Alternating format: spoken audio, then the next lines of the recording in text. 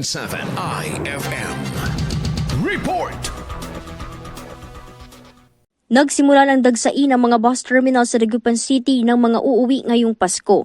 Sa prem ng IFM News Dagupan kay Joel Ocama, ang Division Inspector ng isang bus company sa lungsod, puno ang lahat ng bus na dumarating sa Dagupan na nagmumula sa Metro Manila dahil iniiwasan ng karamihan ang mahabang pila tuwing holiday rush. Ang dagsa po ng pasahero, as of now ay yung mga pauwi muna galing Manila, paprobinsya. Almost every 10 to 15 minutes may dumarating. Punuan po kami. Ngayon, ang paluwas naman ng Manila,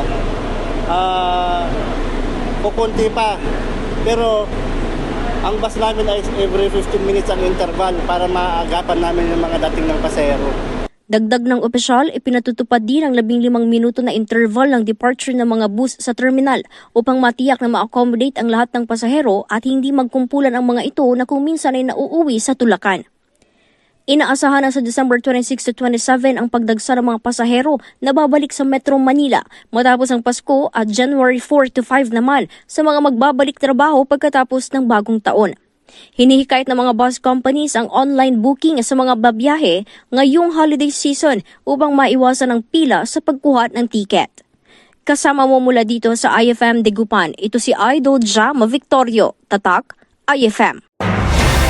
IFM News. IFM News. IFM News.